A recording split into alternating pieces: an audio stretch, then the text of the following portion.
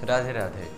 आज हमारे लिए बहुत ही खुशी का दिवस है क्योंकि आज संत शिरोमणि संत सुमेरु गोस्वामी श्री तुलसीदास जी का प्रागट्य दिवस है।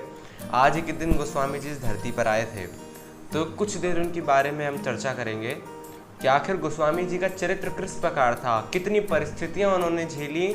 आप आगे इस बात को सुनेंगे कि दुख आकर भी उनके सामने इस बात को प्रकट करता है कि राम भोला तुलसी, मैं तेरे दुख से दुखी हो गया हूँ। गोस्वामी तुलसीदास जी बहुत छोटे थे, बहुत छोटी उम्र में इनके माता ने इनको अपनी दाई माँ के संग भेज दिया था क्योंकि इनके पिता को ऐसा लगा कि ये बच्चा अशुभ है, इसलिए इनको उनके साथ भेज दिया गया। तो अपनी दाई माँ के साथ ही ये रहते थे, वो इनका पालन पोषण करती थी। धीरे धीरे बड़े हुए, 4 या 5 साल की इनकी उम्र होगी तब इनकी दाई माँ का भी इनका शरीर चला गया। अब ये अकेले, और पूरे गांव में ये बात फैल गई कि जो तुलसी है, उस वक्त इन्हें राम भोला कहते थे कि जो राम भोला है वो अपशगुन है इस गांव के लिए, क्योंकि ये जहाँ जा गया है वहाँ लोग मरे हैं। पहले अपनी माँ को इसने मार दिया, जन्म लेते इसकी माँ का शरीर चला गया, और अब इसकी दाई माँ जो इसे पाल रही थी अब उसका शरीर चला गया। तो ये अपशगुन है, इसे कोई भी रोटी वोटी नहीं देगा, ना कोई इसे पालेगा। तो 5 वर्ष का राम भोला, जिसको ये सुदबुद्धि नहीं है कि भाई शरीर क्या होता है, संसार क्या होता है, क्या अपशगुन क्या शगुन, जिसको इस बात का कोई परिचय नहीं है, आज वो अकेला है। एक कोने में उनको भेज दिया गया कि तू इस गांव में नहीं दिखना चाहिए, ना रोटी का एक टुकड़ा, ना पानी का एक गिलास भी पानी का तुझे नसीब नहीं होगा इस गांव में। और राम भोला न जाने कितने कितने दिनों तक भूखे प्यासे बैठे रहते थे। तो एक बार वो ऐसे बैठे हुए थे एक वृक्ष के नीचे, तो एक काली परछाई उनके इर्द गिर्द यूं घूमने लगी।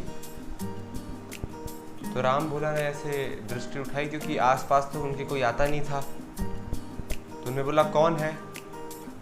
तो परछाई रुकी, और उस परछाई ने बोला कि राम भोला मैं दुख हूं। तुलसीदास जी ने बोला कि क्यों आए हो मेरे पास? मैं तो 5 साल का छोटा सा बच्चा हूं, मैंने किया क्या है, क्यों आए हो मेरे पास?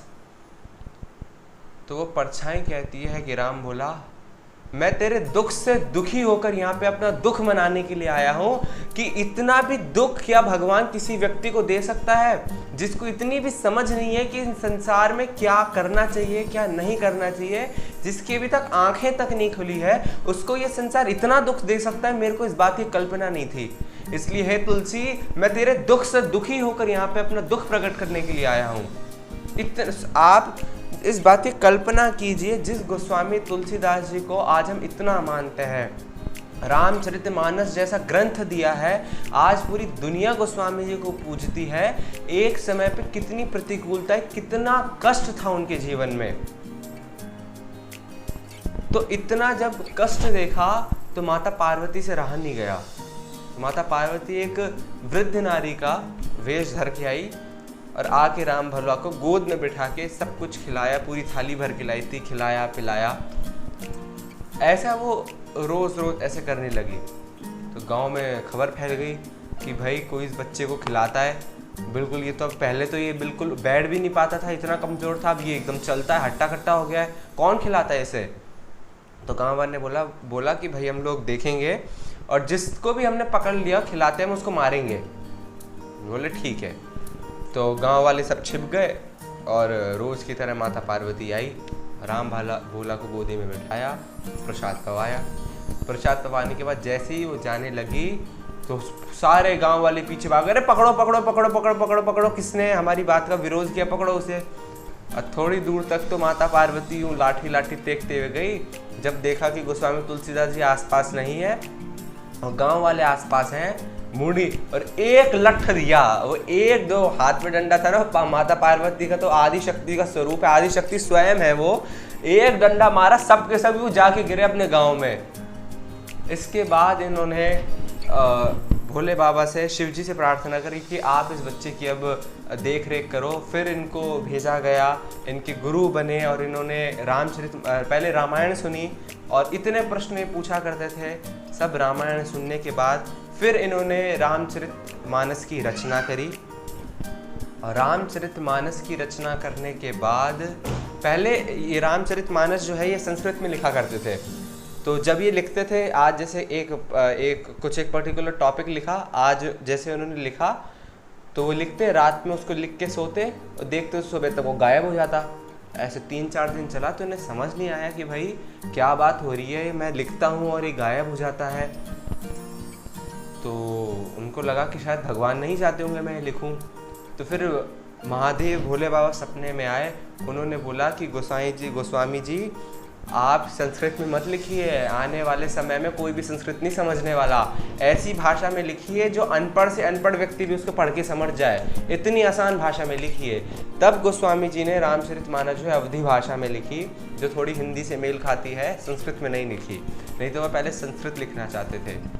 गोस्वामी तुलसीदास जी कहते हैं, जो उनकी जीवन की जो सार बात है, गोस्वामी तुलसीदास जी कहते हैं कि वही तुलसी पहले था और वही तुलसी आज है, बस फर्क इतना है कि पहले वाले तुलसी को कोई रोटी भी नहीं देना चाहता था, और आज जब मैंने भगवान के नाम को पकड़ लिया तो बड़े बड़े राजा अपना राज्य मेरे चरणों में रख के चले जाते हैं और मैं उस राज्य को ठुकरा देता हूँ।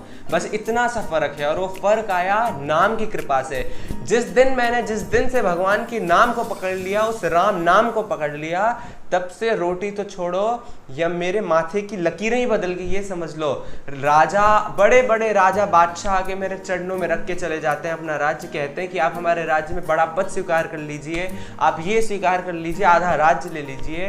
तो देखो ये सब नाम का प्रभाव है। कामी नारी प्यारी जिमी, लोभी प्रिय जिमिदाम, तिमि रघुनाथ निरंतर, प्रिय लागू मोहि राम।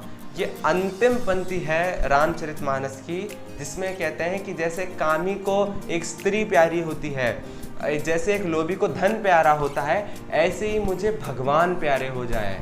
इन्हीं शब्दों के साथ हम गोस्वामी तुलसीदास जी को कुछ दे तो सकते हैं नहीं, अब बस हम एक कार्य कर सकते हैं, उन्हें कोटि कोटि प्रणाम कर सकते हैं कि ऐसे संत भगवान और इस धरती पे भेजें। और गोस्वामी तुलसीदास जी को आज के इस अवसर पे हम सब की तरफ से कोटि कोटि प्रणाम।